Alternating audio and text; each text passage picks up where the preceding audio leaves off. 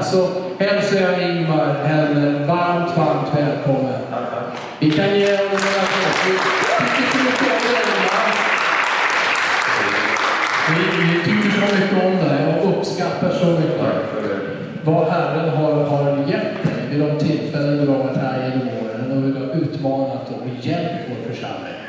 Ja, Gud välsigna dig. Tack så jättemycket. Jag har en bön med mig ikväll. Och jag känner att den finns väldigt djupt i mitt inre. Och ska sanningen fram så är jag faktiskt nära till gråten då jag ber den. Jag tänker på situationen i Sverige. Och jag tänker på alla vilsna, sökande, trasiga människor som verkligen skulle behöva få uppleva Guds kraft. Och jag tänker på situationen i många kyrkor. Och jag vet inte hur ni har det.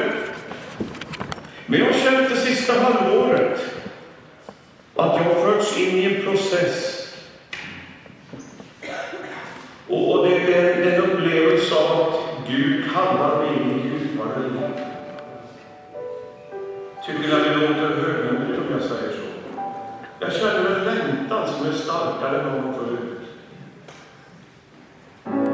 Och det jag vill sjunga och bedja, det är de här bönorden. Ande du som livet ger, fall nu över mig.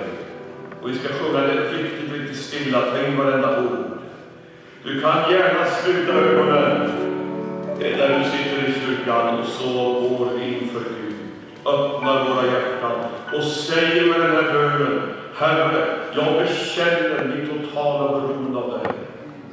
Jag ber om förlåtelse för att jag har trott på mig själv ibland och att stolthet och högmod annat har hindrat mig att ge mig hem dig. Nu kommer jag, Herre, och jag ber, fyll mig till min varelses innersta med din kraft och din härlighet. Ande du som livet ger.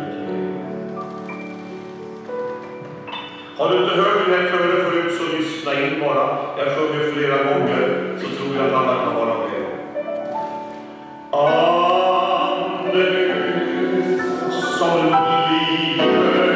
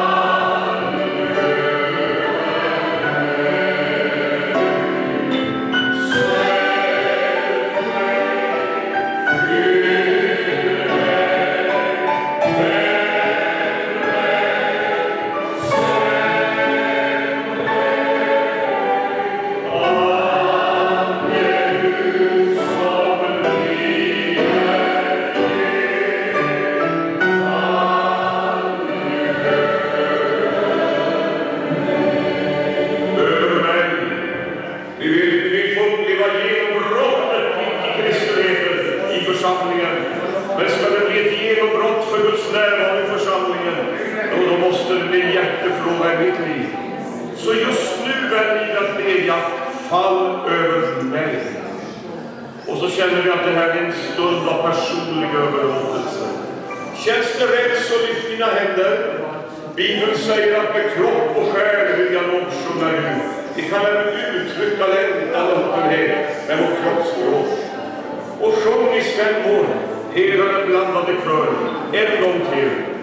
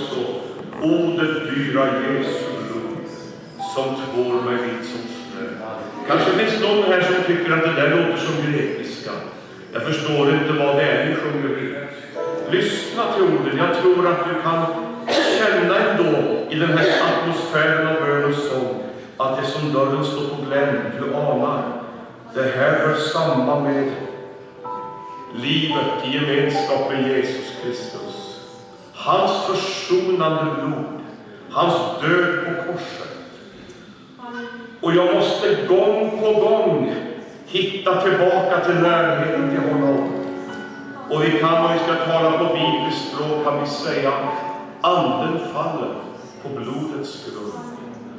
Och här står vi nu och ber. Här låt inget finnas i våra liv som står hindrande i vägen för det verk du vill utföra. Oförsonlighet, ovilja att förlåta medvandrare. Vad den är, Herre, vi kommer till dig och överlåter oss nu. Och vi tackar dig för frälsningen, förlåtelsen, reningen i blod. Och på den grunden öppnar vi himlen över våra liv och låter din ande falla.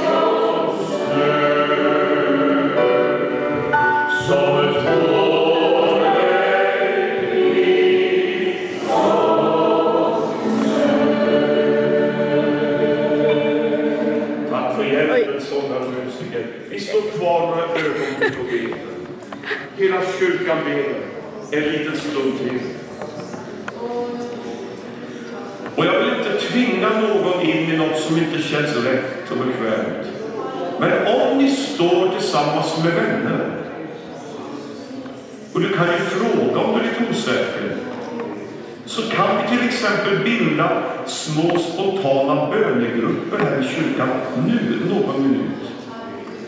Vänd dig till 1, till 2, till 3. Kanske vi ska ta varandras händer och så ber vi för varandra. Och det här är grundackordet nu i vår bön. Ande du som livet ger, fall nu över mig.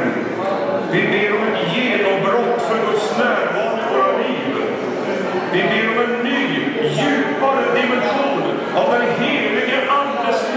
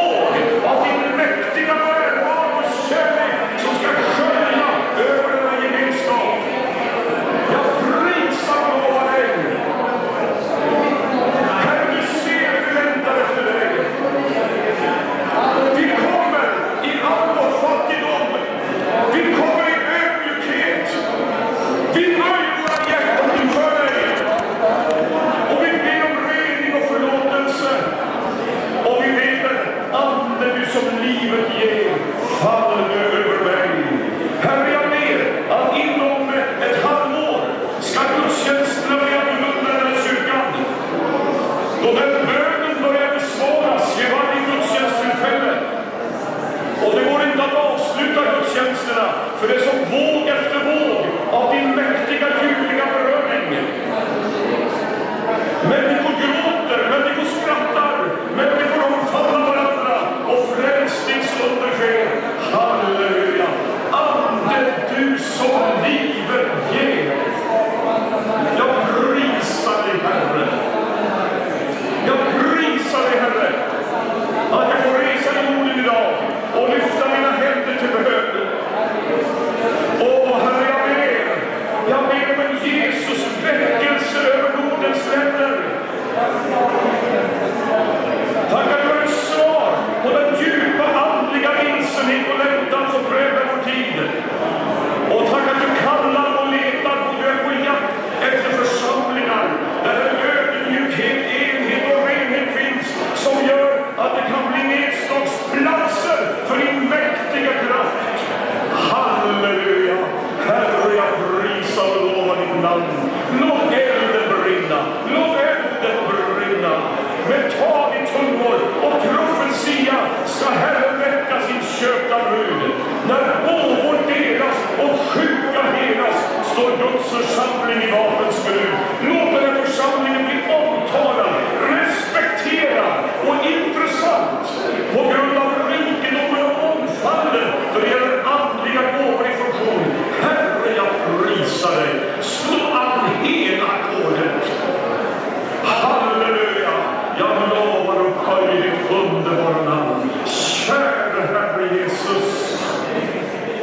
Och då din ande faller mitt i församlingen, då dras de hit som har vattnat fjärran länge. Och de bara dras in i din närhet. Halleluja! Väckelse till denna stad. Väckelse Jesus till denna stad. Halleluja! Halleluja! Halleluja! Halleluja!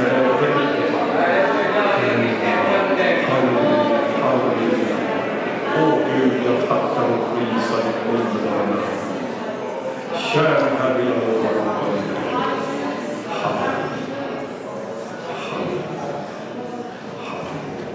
Varsågod och sitt, kära vänner. Tack så hjärtligt för förtroendet att komma hit. Jag glädde mig så jag blev inbjuden.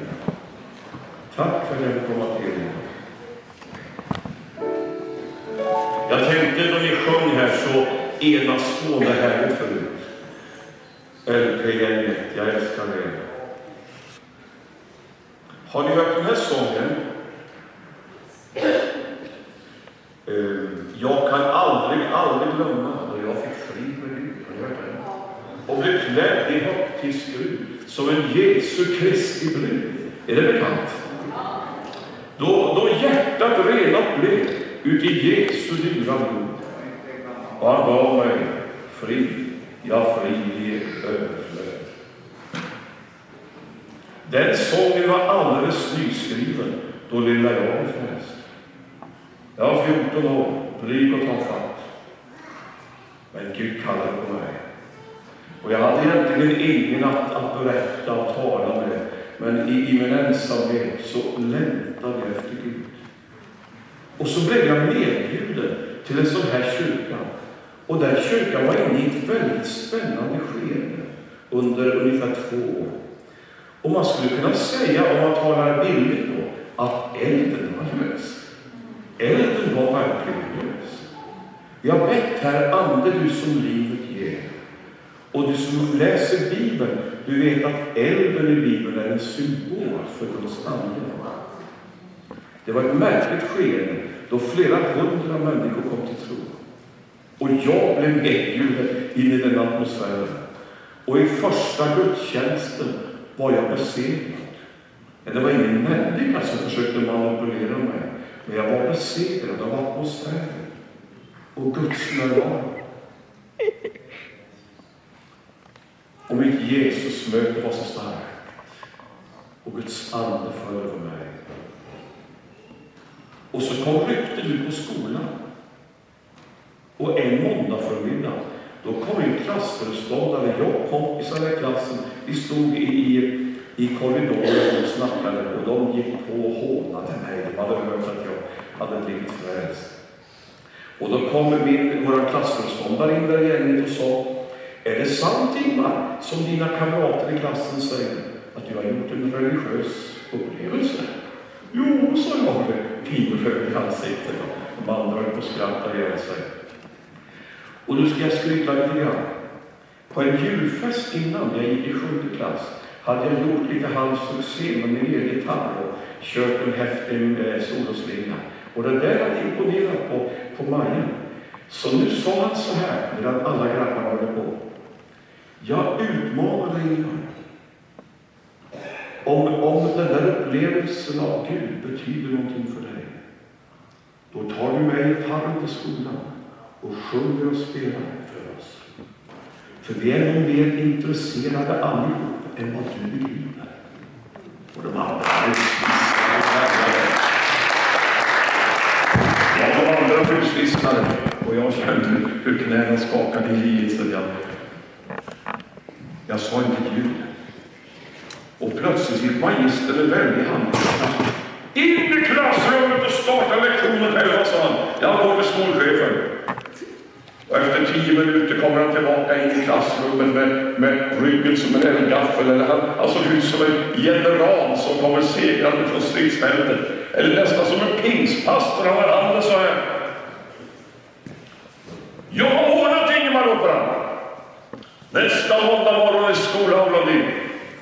Och de andra jublar och jag är tyst. Oj, oj, oj, oj, oj.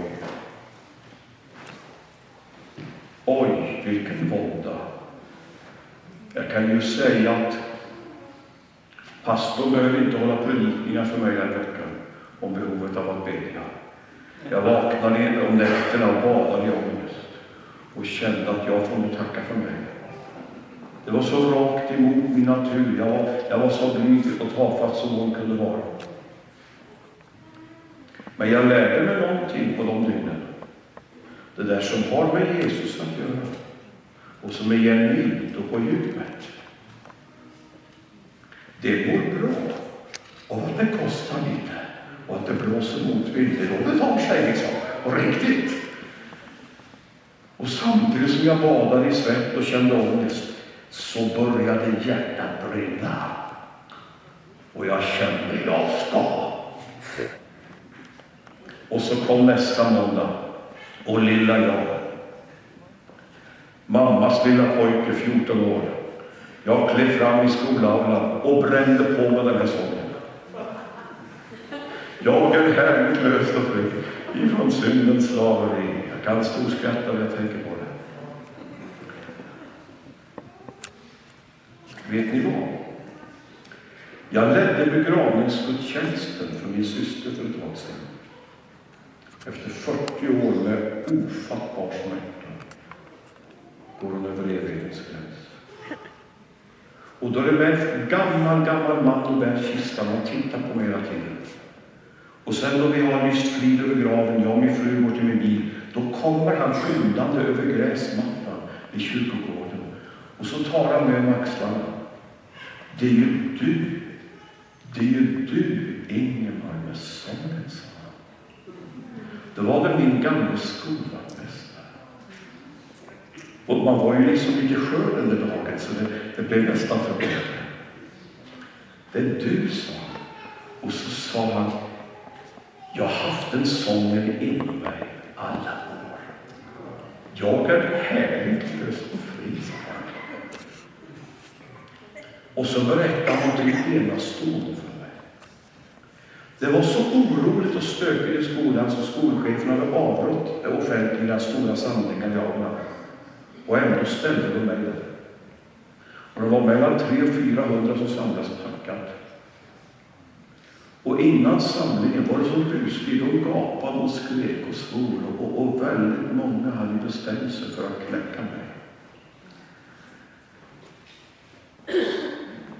Då sa han till mig, då jag hade begravt min syster, då sa han: jag stod vid dörren och jag fick nästan ont i hjärtat.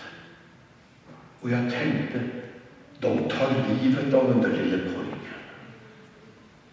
Och du vet, sa de, klappade på mig, jag var ju inte religiöst läge. Men jag tror jag bad för dig. Och då såg jag en stor ljus gestalt som kom och ställde sig alldeles bakom dig, bakom ryggen, och la sina armar omkring dig så här. Jag vet, sa jag. Ja, det är intressant. Jag vet exakt när det hände. Jag kom in på estraden, alla bakom och skrek. Och när jag tog mikrofonen, det var då han såg den synen. Och i samma ögonblick, i samma sekund, händer ett mirakel.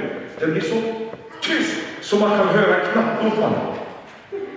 Och det är precis som hela aulan liksom bara fylls av Guds närvaro. Det här har präglat hela mitt liv och min tjänst för Gud. Och då jag hade sjungit mina sånger och liksom kom jag på mig själv att jag stod så här och bad för skolan att alla mina kompisar skulle få uppleva det uppe. Då kom skolchefen springande genom aulan upp på estraden. Nu var det ingen ängel som kramade mig, utan skolchefen inför hela skolan kramade mig. Och så viskade han i örat på mig. Tufft gjort, Ingmar. Får jag pålysa fortsättning nästa gång? Och man kan säga på den vägen henne. Förstår ni? Förstår ni? På den vägen henne. Halleluja för att jag får vara frälst idag. Jag kan aldrig då jag fick frid med Gud och det klädde högt till slut som en Jesus Kristi brud och mitt hjärta rena till Jesu dyra blod och han gav mig i överflöd. Tänk att det är sant. Jag är här och lösa fri ifrån synd. Vad var det tröst någonstans? Jag är här i lösa fri ifrån syndens slaveri. Och en sol för mig brann. Och jag vet vad det är. Vandrade jag i vårvalen. Fiskar tjänst från våran fram. Sorgen stoder ut till Jerusalem. Ska vi ta körsången också? 3 ackord, det borde det finns sagt stämmor till. Jag är här lösa fri ifrån syndens slaveri. Och en sol för mig fram.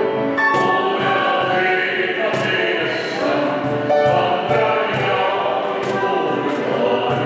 Fiskar tjänst från våran fram. Sorgen stoder ut till Jerusalem. Jag skulle vilja att vi sjunger en gammal psalm. Vi ska ta den i stort sett utan rytm här. Det är nummer 46 i psalmboken och i segertonen likaså. En sång skriven av en blind kvinna som skrev nästan 8000 sånger. Vad gör du av ditt liv? Hon föddes blind och kunde ha gjort sitt liv till en stund präglad av bitterhet och självbelunkan och massa destruktivt. Istället välsignade hon hela världen. Alltså varenda dag i stort sett så flödade lovsånger ur hennes hjärta. Som har sjungits i generationer av hundratals miljoner människor. Är det inte enormt? Och det här är sångernas sång, tycker jag. Ni kan väldigt många. Låt du mig få höra om Jesus.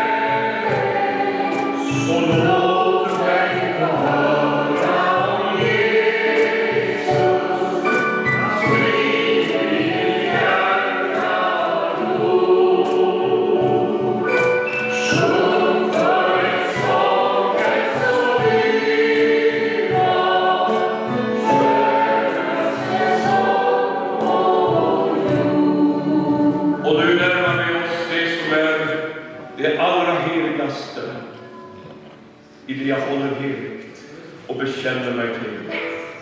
Skulle önska att vi kände en vördnad ända djupt i vårt innersta när vi sjunger vers nummer 3. Vi tar steg tillsammans i bekännelse och bön in i korsets närhet. Kom med mig. Låt mig få höra på korset, kvarnen och svärtarna ber. Visa mig graven i världen, lärarnas drömmar av dig. Och det under och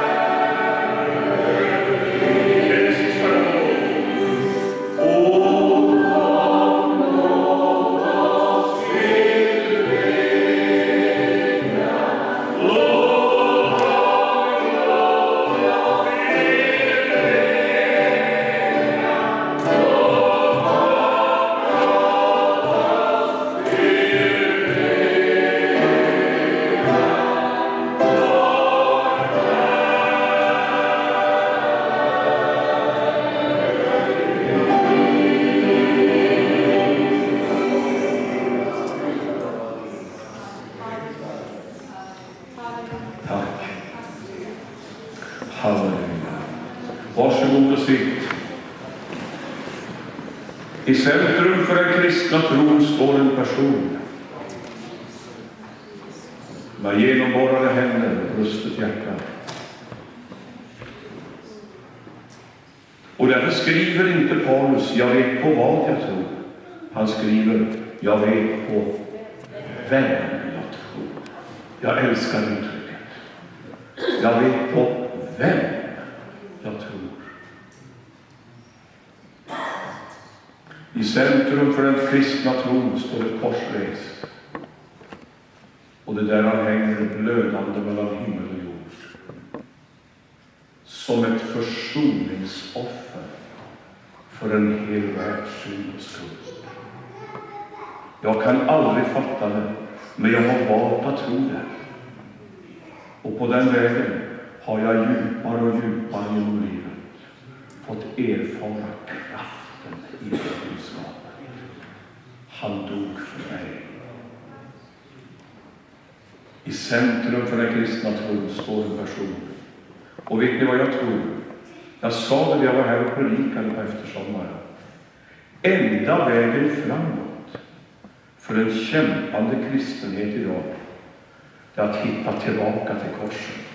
Och den enkla, innerliga hängivenheten till Jesus Kristus. Jag vet på vem jag tror. Jag hävdar att Jesus är helt unik. Enligt Bibeln är han den enda vägen, den enda grunden, den enda medlaren. Hans namn är det enda namnet genom vilket vi kan bli frälsta. Han är unik och han är min frälsare. Tänk att Gud blev människa. Många säger att alla religioner är så lika. Jag menar att det är en oerhörd väsensskillnad. Då jag studerar de stora världsreligionerna och även mycket av nyandlighet idag, så tycker jag att ett kännetecken är att det är den lilla människan som hela tiden är i fokus. Gud är avlägsen, långt borta, upphöjd någonstans. Och den lilla människan ska med sina uppoffringar, sina gärningar, sina ritualer försöka och sträva och nå fram till Gud. Evangeliet är ju något helt annorlunda. Bibeln berättar om en Gud som kliver ner från sin tron. Som bildligt talat klär av sig sina konungsliga gyllene kläder och klär sig som en enkel slav eller tjänare. Och låter sig födas in i vår värld. Och vandrar här i fattigdom och ringhet som en av oss. För att citera hans egna ord, för att som en herde söka upp det vilsegångna. Det är ofattbart. Jag fascineras mer och mer ju äldre jag blir av alla berättelserna i de 4 evangelierna. Ja, jag tycker det är så fantastiskt att se hur personligt Jesus möter människor. Får jag bara ta några ögonblicksbilder och kan göra några minuter här. Jag tänkte bara kort nämna om 3 kvinnor som fick sina liv totalt förvandlade. Den första kvinnan, hon har varit präglad av sjukdom i 12 år.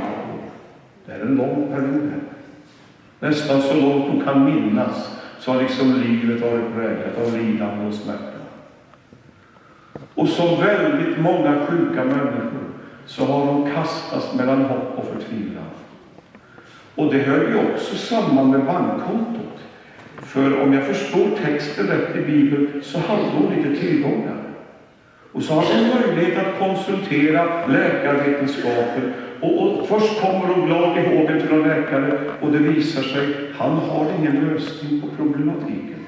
Och kontot har sjunkit, men smärta och sjukdom är mera verkligen någonsin. Och så får hon hopp, hon hör om någon i den stad och någon där som kanske kan hjälpa. Och så där har det varit nu i flera år. Och då hon kommer in i berättelsen i Bibeln, då är alla konton tömda. Och det där kan vi väl ta symboliskt. Det är liksom kört i botten. Är det någon här i kyrkan som vet vad det uttrycket kan stå för? Det är kört i botten. Jag är nere på nollpunkt. Jag är nere på minus. Jag har ingen ork och jag har inget kvar. Det enda jag vet är att min situation är förtvivlad. Värken och sjukdomen är kvar, pengarna är slut. Hon är nere på nollpunkt. Då kommer Jesus. Det är lite typiskt det där. Och då jag har talat med några tusen människor genom åren som har gjort starka Jesusmöten, så tycker jag att det är ett drag jag möter ganska ofta. Det är precis som att Guds problem med oss inte är vår svaghet, utan att vi tror att vi är och har så mycket. Och vi måste liksom komma ner i en sån där hjälplöshet där vi känner oss helt utlämnade. Då liksom öppnas det för Guds ingripande. Hon hade lämnat ut allt. Då får hon höra, mitt i hopplösheten bryter ljuset till. Hon får höra någon berätta om Jesus från Nasaret. Han som gör att den lame springer upp från sin bädd. Han som gör att den blinde kan se. Och då hör de här vittnesbörden. Då föds en tanke av hopp och tro i hennes inre. Många säger att frälsning är masspsykos, men det var det inte för den kvinnan. I sin ensamhet föds en tanke i hennes inre. Och hon tänker, om jag bara skulle nå ända fram till den mästaren, så tror jag att det skulle räcka med att jag vidrörde den yttersta höltofsen på hans mantel. Då tror jag att den kraft som verkar i honom, den ska gå ut från mästaren och in i min kropp och hjälpa mig. Och tro föder handling. Och plötsligt är en liten värkbruten människa på väg mot sitt stora Jesusmöte. Jag vet inte hur långt hon gick, det kanske var lång väg. Hon kanske stod borta i vägkorsningarna och frågade blygt, är det någon som kan berätta för mig var Jesus finns? Jag är på väg för att möta honom. Och förr eller senare är hon framme vid Jesusmötet. Då visar det sig att trängseln är så stor. Det verkar hopplöst liksom att komma igenom och komma fram. Och det kan man väl också ta symboliskt möjligtvis. Men jag har lärt mig en del av alla jag har lyssnat på som har mött Jesus genom åren. Och jag har blivit väldigt överbevisad också om att om den där djupa, rena längtan har fått fäst i vårt inre, då finns det inga hinder. Då tränger man sig fram. Då sträcker man ut sina händer. Och hon kommer bakifrån, räcker ut sin hand, sträcker fram den. Precis som hon hade tänkt. Och får tag i mantelfliken. Och bara står där helt stilla och vet. Nu sker det. Nu sker det. 12 år av smärta över. Nu sker det. Jag älskar bilden av den utsträckta handen. Hon kom inte på Jesusmöte bara för att vara en passiv åskådare. Hon investerar allt. Sin djupaste längtan har hon med in i det mötet. Och hon kommer dit för att om möjligt erövra någonting. Så sträcker hon ut sin hand. Och då säger Jesus det märkliga. Vem var det som rörde vid mig? Och det är någon av lärjungarna kanske som nästan är hånfull och säger, hur kan du säga så, Herre? Du ser ju folket tränger på från alla håll. Och Jesus säger de intressanta orden, jag kände att kraft gick ut från mig. Och i en norsk bibelöversättning så är just det citatet av Jesus tolkat så här. Jag kände att någon gjorde anspråk på min kraft. Smaka på det. Massor av människor. Många är nyfikna, andra är kritiska. Men någon med utsträckt hand gjorde anspråk på min kraft. Jag bara kände att jag ville skriva in de orden i mitt hjärta. Någon gjorde anspråk på min kraft. Då kliver kvinnan fram, darrande och blyg. Och Jesus hälsar henne med orden, var vid gott mod, min dotter. Underbart det är Jesus sätt att tilltala människor. Var vid gott mod, min dotter. Din tro har hjälpt dig. Någon gjorde anspråk på min kraft. Den andra kvinnan jag vill berätta om är kort. Hon kommer objuden till en stor festkväll. Och hon är så föraktad i stan så det är ingen som bryr sig om att använda hennes tilltalsnamn. I folkmun så kallas hon bara synderska. Kan ni känna det väser av förakt i mungiporna? Synderska. Lita på att det är många som har baktalat den stackars lilla människan. Och festen, den hålls hos en riktig herreman som är med i den mest bibeltrogna och radikala kyrkan i stan, kära någon. Där kan de Bibeln utantill och tro inte att det räckte. De visste exakt hur det skulle tolkas också. Vilken församling. Och en där som heter Simon, som är i villan, han har skickat ut inbjudningskort säkert till i stort sett församlingsmedlemmar. Det är så tryggt och skönt att umgås med likasinnade och sådär. Inga inbjudningskort bort till soptipparna och våra räntor.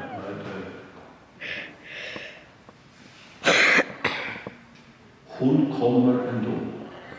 Vilken hjälp i det här. Kommer objuden. Så stark kan längtan efter förlåtelse och Jesus möter vara. Hon var ju dömd på förhand. Hon var fördömd. Det var ingen som skulle komma på tanken att bjuda henne till någon religiös sammankomst. Hon liksom har förbrukat sitt förtroende. Hon kommer ändå. Och det var väl antagligen så med henne. Det står om Jesus att ryktet spred sig vida omkring. Det är effektiv annonsering, ryktet. Och nu var det väl så den här dagen. Ryktet har gått som en löpeld genom kvarteren. Jesus är i stan ikväll. Det är något på gång i stan ikväll. Och ryktet når ända ut där borta på bakgårdarna. Någonstans där den här lilla trasiga, misslyckade spillran finns. Även hon får höra ryktet. Jesus är i stan. Hon kanske inte tänker på vad hon gör. Det är möjligt att bara det ryktet väcker upp en längtan. Många av oss kanske skulle ha räknat ut henne och tänkt, så kan inte hon känna. Jo du, döm inte efter ytan, utan var lite aktsam om dina medmänniskor. Hon har levt ett liv som har varit så förfelat. Men bara hon hör ett rykte om att Jesus finns här, så verkar en längtan efter förlåtelse och helighet liksom bara bryta framför hennes inre. Hon kanske inte är medveten om vad hon gör, men plötsligt är också hon på väg mot sitt förvandlande Jesusmöte. Ensam, beslutsam, längtande. Det var inte en massa andra som ropade halleluja och knuffade på, utan i hennes inre har det fötts. Jag ska fram till Jesus. Och så kommer hon dit och hör sången och skratten in i festsalen. Går säkert av och an ute på trottoaren i skydda mörkret. Någon sa till mig, det måste ju ha varit fantastiskt härligt och saligt att vara så nära liksom genombrottet. Jag tror tvärtom. Det kanske var hennes livs jobbigaste och svåraste ögonblick då hon gick där utanför festsalen. Jag har då upplevt i mitt liv att om man vill ta itu med saker och ting och vill förändring på djupet, och man verkligen sätter sin längtan i rörelse, då handlar det också ofta om att få konfronteras med sitt eget liv och sina misslyckanden. Jag tror det är en kamp på liv och död. Är det lätt att bli frälst, säger jag? Är det svårt att bli frälst? Jag vet inte vad jag ska svara. Jag tycker det är omöjliga frågor. En sak vet jag i alla fall. Emellanåt kan små människor uppleva att det är en våldsam dramatik och kamp. Det är som makter som strider om en själ. Säkerligen både dragkamp. Hon vet där inne är Jesus. Här ute är jag i min förtvivlan. Men förr eller senare under kvällen så är hon framme vid brytpunkten. Vid vägskälet. Där hjärtats rop och längtan visar sig vara starkare än självfördömelse och människofruktan och nederlag och misslyckande. Plötsligt finns det inget som kan stoppa henne längre. Och objuden bara springer rakt in i festsalen. Och inte har hon tänkt att det skulle bli som det blev. Det tror jag inte alls. Men bara hon kommer nära Jesus, då är det precis som att all brustenhet Och förtvivlan och ångest som har varit lagrad inombords, det kommer upp till ytan. Man skulle kunna säga skuld och brustenhet och förtvivlan och synd möter helighet och renhet. Och där händer någonting. Och en liten människa känner sig fullkomligt förkrossad och bara ramlar ihop som en lumphög bakom Jesu fötter och börjar gråta helt obehärskat. Kan du se den bilden? Det är en vacker bild tycker jag i Bibeln. Simon han står bredvid och hållflinar. Och det jag läser i Bibeln ser jag att inte nog med att han är färdig med sin dom över kvinnan, han är även färdig med sin dom över Jesus. Och så står han och hållflinar åt den här lilla medmänniskan. Så utlämnar hon där. Och så tänker han, om den där Jesus vore en profet, då skulle han veta vad det är för kvinna. Med andra ord, ställ henne mot stampålen som får skämmas. Det var liksom hans religion. Och jag ville bara säga ikväll, stäm ner tonen här Simon. Stäm ner tonen här Simon. Du är ute på för djupt vatten nu. Och att du dömer medmänniskor, det vet jag, men nu är du ute på för djupt vatten. Den man du har bjudit till din fest ikväll. Han är en större profet än du anar. Och det innebär med all säkerhet att han känner djup i en kvinnas liv som du och andra baktalande grannar inte har en aning om. För han känner också ditt hårda hjärta. Simon. Och det är det som bevisas då Jesus plötsligt säger, Simon, jag har något att säga dig. Och det kan du ta med hem som en tanke. Jesus har något att säga. Egenrättfärdiga syndare. Han har det. Nåväl. För kvinnan håller han ingen predikan. Han bara står där som en skyddsmur, som en sköld kan man säga. För de här som hånflinar och fördömer. Han står där som en sköld. Och låter henne gråta ut vid hans fötter. Stör inte den processen. Gråt färdigt ut. Det är din väg.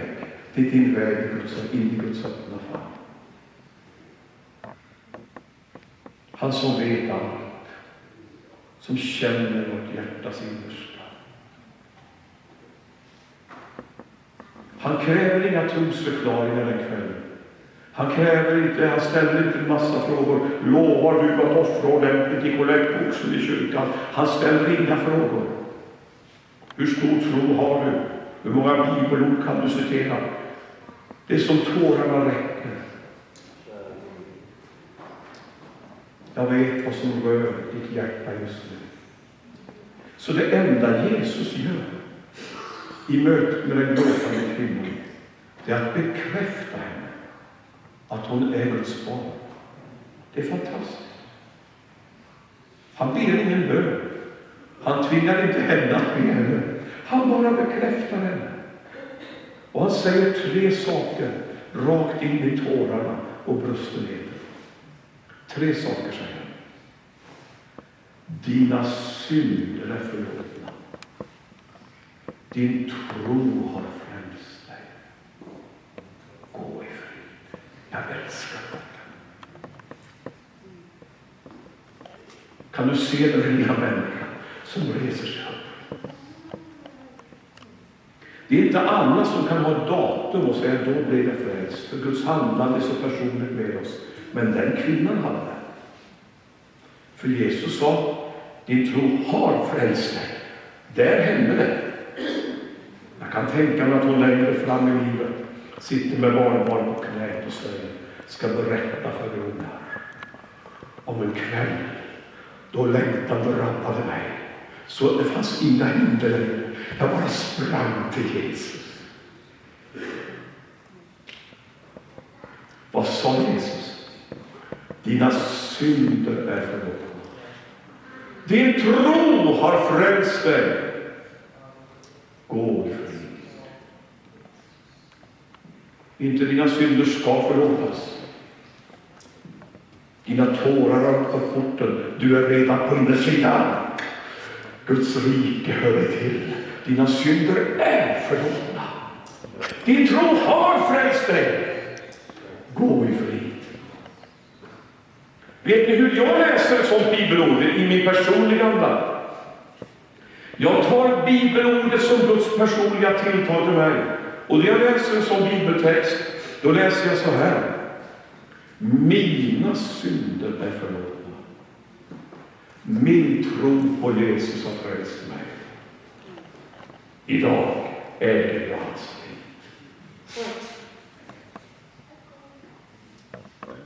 En liten bild till innan jag slutar.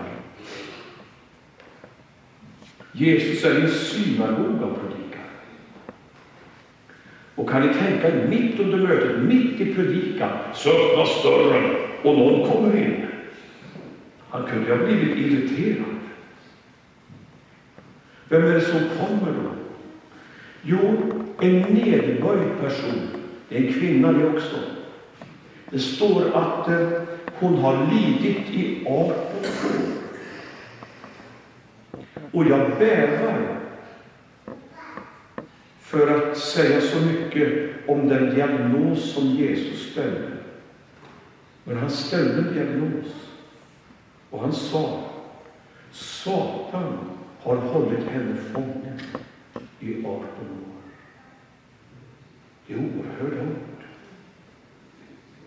Det finns ett mörkt, destruktivt inflytande. En känsla av fångenskap, av osynliga bojor. Så hennes liv varit. Och det här har satt sin prägel på hennes personlighet, som går ihopkrympt och nedböjd med ansiktet och blicken mot marken. Kan du känna trycket? Det är ungefär som en sten på ryggen liksom. Och så kommer hon in på mötet.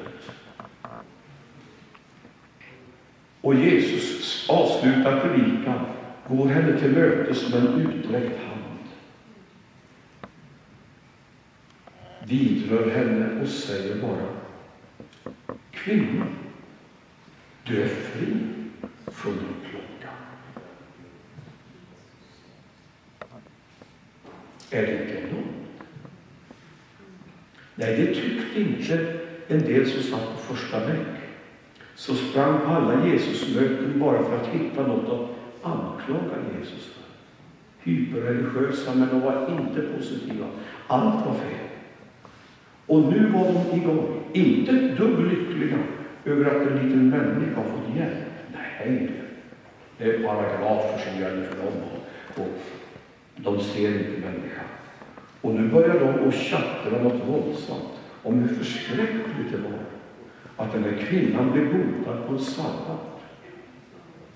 Men alltså, om ni har lite logisk tankegång, om det inte var Guds vilja att bota på sabbaten, då skulle hon väl inte ha blivit botad? Eller? Men det är väl ganska enkelt. Och det finns ju bara skryteri, det finns ju ingen sanning i det där. Det begriper varenda vettig människa. Att om det finns en dag där Gud riktigt speciellt vill att hans namn ska bli ärat och helgat, då är det väl klart att Gud och alla hans änglar jublar över att en liten människa blir befriad och räddad. Det borde de förstå också vad de vill inte. Och Jesus tittar på dem och tar en väldigt vardagsnära bild. Han säger, hörru ni, är det någon av er som har en oxe hemma i stallet? Jo, det hade de. Går ni inte ut och ger honom vatten också på sabbaten? Jo, det måste de ju hålla med om. Så vänder sig Jesus mot kvinnan och säger, här är en Abrahams dotter. Vi hinner inte gå in på det, men det är ett vackert uttryck som vi kan studera också. Här är en Abrahams dotter. Och så kommer de där kusliga orden som Satan har hållit fången i 18 år. Skulle hon inte få lösas från sin boja också på sabbaten? Vilken fråga! Och det är som en jubelton i frågan. Skulle hon inte få lösas från sin boja?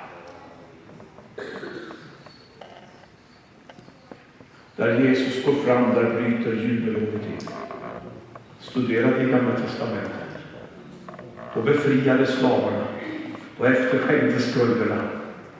Då fick man förlorad egendom tillbaka. Där Jesus går vägen fram, där faller de osynliga bojorna. Där räknas små människor på ryggen.